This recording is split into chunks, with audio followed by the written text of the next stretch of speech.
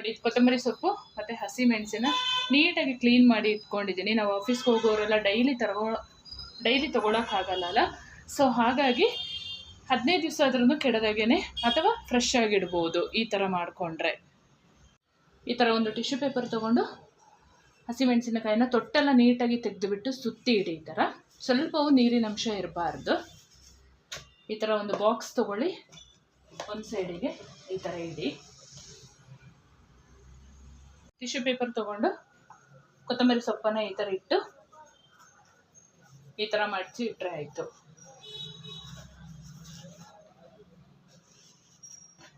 ಈ ಬಾಕ್ಸ್ ಒಳಗಡೆ ಈ ಥರ ಇಟ್ಟರೆ ಫ್ರೆಶ್ ಆಗಿರುತ್ತೆ, 15 ದಿವಸ ಆದ್ರೂ ಕೆಡಲ್ಲ. ಇದೊಂದು ಟಿಪ್ಪನ್ನು ನೀವು ಫಾಲೋ ಮಾಡಿ ನನಗೆ ಕಮೆಂಟ್ ಮಾಡಿ. ಫ್ರಿಜ್ಜಲ್ಲಿ ಇಟ್ಟರೆ ಆಯಿತು ಈ ಥರ ಮುಚ್ಚಳ ಹಾಕಿ.